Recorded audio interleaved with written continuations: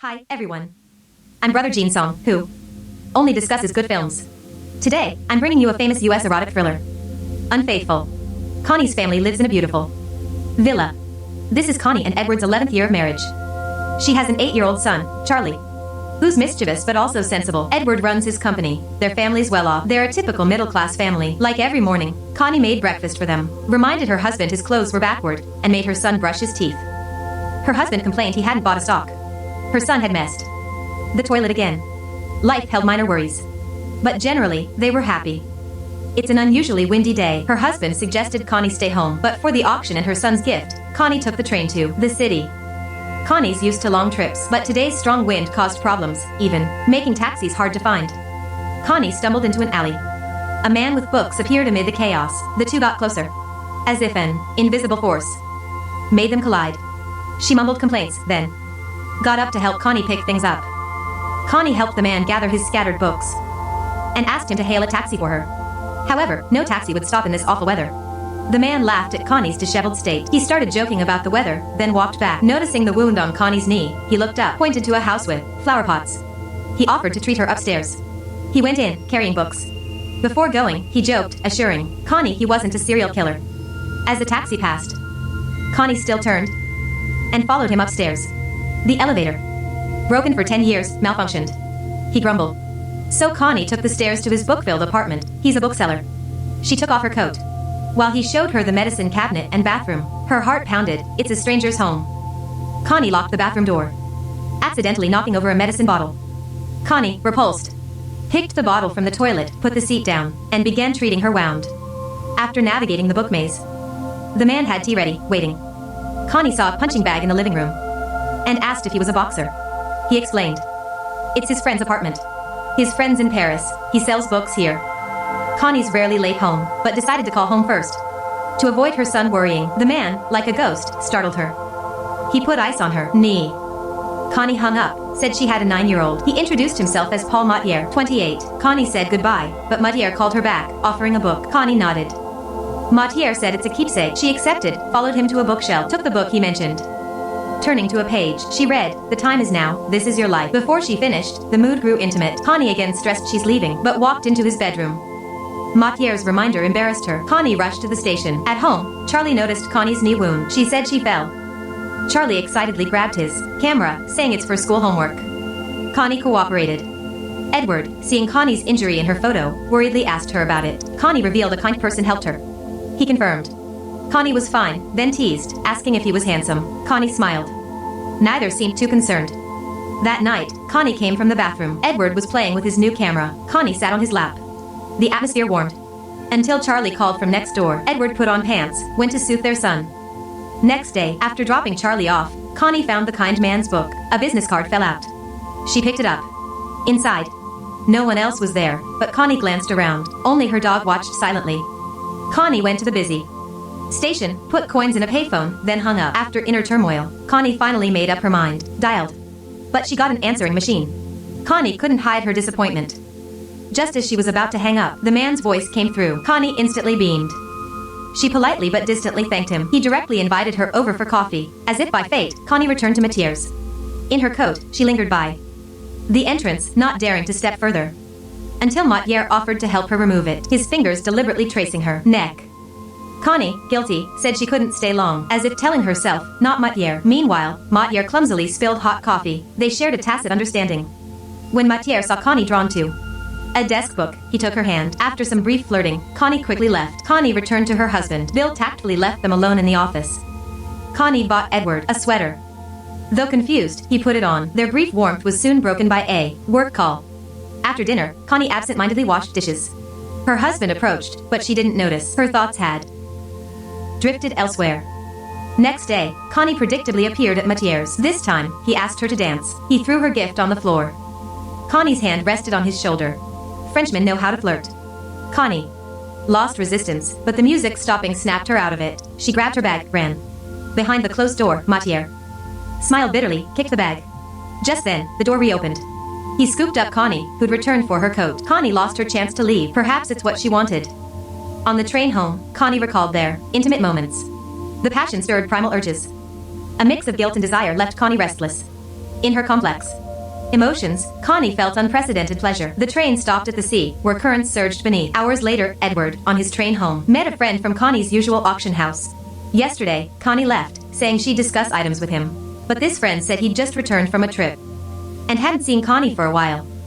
Hearing this, Edward was stunned. After dinner, he casually asked Connie about her day. Noticing Edward's odd behavior, she repeatedly assured him of her love. He didn't press further. Leaving the study, Connie nervously turned off the wrong light. In the dark, she gazed at Edward's years ago love token. Connie pondered. Maybe she too questioned who she loved. Connie secretly had an affair, but it didn't affect her happy family life. Connie couldn't give up either. Now she's still hesitant. Today, Connie and Mathieu met at an outdoor cafe. Usually meeting at his home, Connie seemed very tense. To ease her, Mathieu suggested a bet. Pointing at office workers fighting over a bill, she said, if the right person pays, we'll leave. If the left person grabs it, I'll kiss you. Before she could refuse, the left man grabbed the bill. Mathieu kissed Connie. The man who got the bill then turned. It was a familiar face, Edward's subordinate, Bill. Bill again doubted his eyes. His boss's wife, in an outdoor cafe, was intimately dating a stranger. As Bill and Edward left, they instinctively looked back, seeing them kissing. Bill and Edward quietly left, saying nothing. Lost in their world, Connie and Mathieu knew nothing. Such a strangely coincidental encounter seemed to foreshadow that all paths leave traces. While bathing, Connie found Mathieu's small mark on her. Luckily, she washed it off before her husband found it. Edward, watching the fish tank's light after turning off the main lights, wanted intimacy, but Connie refused. Next day, Edward again invited Connie to dinner. She used a salon appointment as an excuse, but her high heels and dress already hinted at her true destination. Facing Connie's evasions, Edward chose to endure silently. Later, Edward quietly called the salon, getting the expected answer: no appointment for Connie. At this moment, Connie was just a few floors from Mathieu, but an old friend she hadn't seen in years called her over. At the cafe, Connie's first act was to call Mathieu, saying she's stuck. Soon, Mathieu arrived at the cafe. They exchanged knowing glances, then Connie followed Mathieu to the restroom. After Connie left their seats, her old friends couldn't help praising her radiant glow. After passion, Connie returned to her friends. They joked. But another friend turned serious. As someone experienced, she warned Connie that all affairs end tragically. After the party, Connie rushed to Mathieu's home, even knowing this relationship would eventually hurt someone. Connie was now deeply entrenched. Meanwhile, Edward faced a crisis. He found his subordinate, Bill, secretly negotiating to join a competitor. Edward preemptively ended their employment. An enraged Bill started spewing veiled insults, telling Edward to care more about his family. Edward, as if waking from a dream, finally faced the truth. He'd known but avoided. He hired 4 detectives. He asked them to track Connie at dinner. Edward suddenly brought up firing Bill. He said Bill wasn't responsible enough. His words seemed pointed. Connie was still unaware her affair was revealed. Her life, already fragile, collapsed again. She'd forgotten to pick up their son, so she rushed for Mathieu's. When she reached school, Charlie had waited long, filling Connie with guilt. Edward, on a trip, got the private detective photos of Connie and Mathieu's tryst. On another rainy day, Connie, instead of going home, turned her car, heading for Mathieu's. Downstairs, Connie saw an unimaginable sight. Mathieu was with a girl, entering the library. In the pouring rain, Connie rushed inside, looking through the shelves. Saw them kissing. Connie lost it, confronting Mathieu. Realizing she wasn't his only lover, an angry Connie ended their relationship. But the elevator broke, so Connie had to detour from his apartment. As she pushed open the door, Mathieu grabbed her. Despite wanting to leave, Connie couldn't resist their passion. After Connie left, an unexpected guest arrived at Mathieu's. Opening the door, Edward saw the young man. Edward's heart was conflicted. Edward recognized him. Mathieu also knew who stood at his door, though he wasn't sure of his intent. Mathieu let Edward in. Edward entered first, stood centrally, surveying the room. Mathieu kept a wary distance from Edward. He handed him a drink. Edward took it, then slowly asked about their acquaintance. This young man was Connie's helpful stranger from the stormy day. An unspoken tension over Connie began between them. Edward touched objects in Mathieu's home, deeply questioning him about his affair with Connie. Details. Mathieu retorted Connie was happier here. Then Edward learned Connie not only discussed their son with her lover, Charlie, but also him, her husband. Edward realized he was already losing this fight, at a disadvantage, and grew depressed. What truly made Edward snap was an object that had vanished from their home. Edward found the crystal ball he'd given Connie on Mathieu's bedside table. Edward was utterly defeated. Why would his wife give his gift to her lover? Edward asked himself this countless times. That was an answer he didn't want. Connie chose leaving passion over their years of love and duty. A rush of blood surged, luring Edward's vision. He unsteadily rose. His body, surpassing reason, acted first. Smashed the crystal ball into Matianer's head. Thick blood flowed. Edward then sobered, horrified. At Matianer on the floor. The crystal ball slipped. Too late. Matianer was dead. He was a killer. When reason returned, Edward struggled. He began cleaning the crime scene. Just then, a phone message rang out. Connie's farewell. She decided to break up with Matianer. Edward didn't dare stop his work. He clumsily wrapped Matianer's body in a carpet, planning to use the elevator. But before leaving, he deleted Connie's message. Edward overlooked the nearby memo, which still had Connie's name and number. Troubles piled up. While moving the body, the elevator broke again. Easily, Edward unleashed astonishing strength, lifting the body over his head, tossing it into the stairwell. In the rain, Edward hid the body in trash, then left the crime scene with his secret guilt. Meanwhile, Connie arrived early at Charlie's school, shaken. At the evening reception, Charlie's performance had started long ago. Connie finally saw Edward. Watching their son's innocent show, Connie reached for Edward's hand. They embraced backstage. At that moment, a bittersweet happiness welled in their hearts. After, they split up. Edward took Charlie home. Connie stayed to clean. As the car left, a sound came from the trunk, a loud bang. Edward rushed out, not fully understanding. He quickly closed the critical trunk, about to start the car. But the other driver came over. Responsibly offered to check the car. Edward, usually good-tempered, uncharacteristically lost his temper, scaring Charlie. Edward ignored it all, quickly driving off into the night. Edward quietly got up, confirmed Connie was asleep, drove to the landfill, and after dumping the body, Edward quickly left the stinking landfill. He then went to a car wash, watching the car's foam slowly wash away, washed clean by water. He returned home and entered the bathroom. Edward vigorously scrubbed his body, as if hoping to wash away all his guilt, for it to disappear, and return to his family, for everything to return to normal.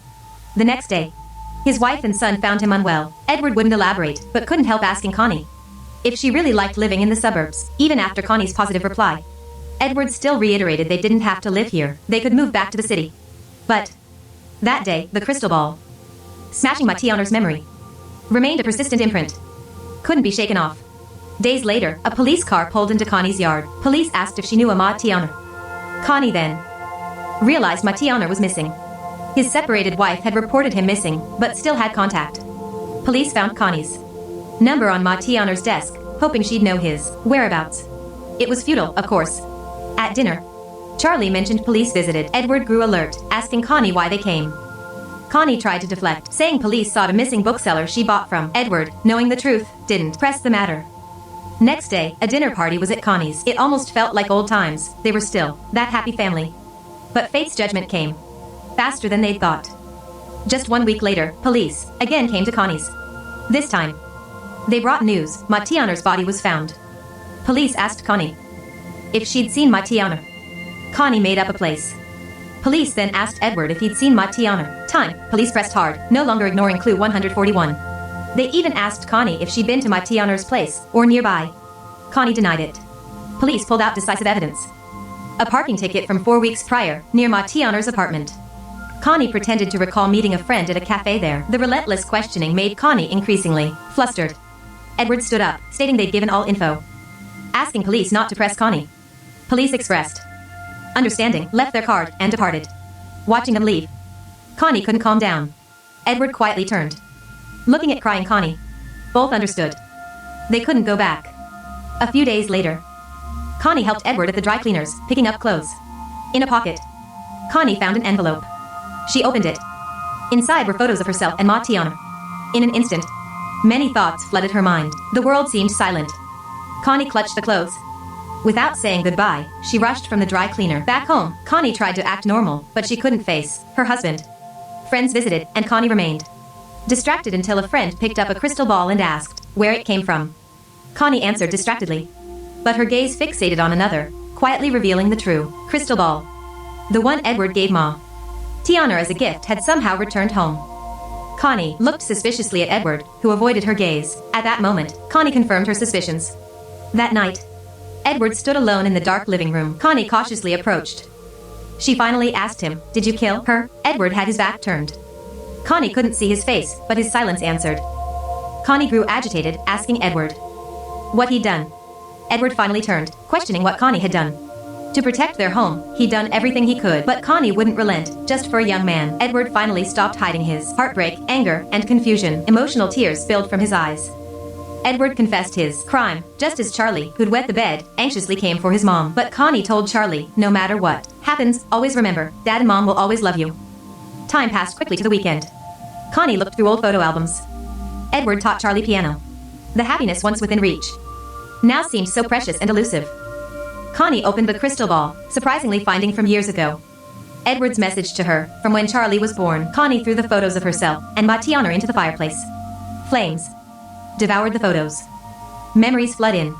If time rewound? She hadn't gone up with Martel, but took a cab. Would things be different? There's no undoing history. Edward, holding sad Connie, said he'd surrender, no matter how Connie pleaded. Even if only they both knew, those memories would always stay, always reminding her of the crime. Their car stopped at the station. They had their last fantasy. They could emigrate to Mexico. Live an anonymous life. Maybe they'd spend their last days by the sea. Then be buried at sea. Under the deep blue night sky. The car sat silently before the station.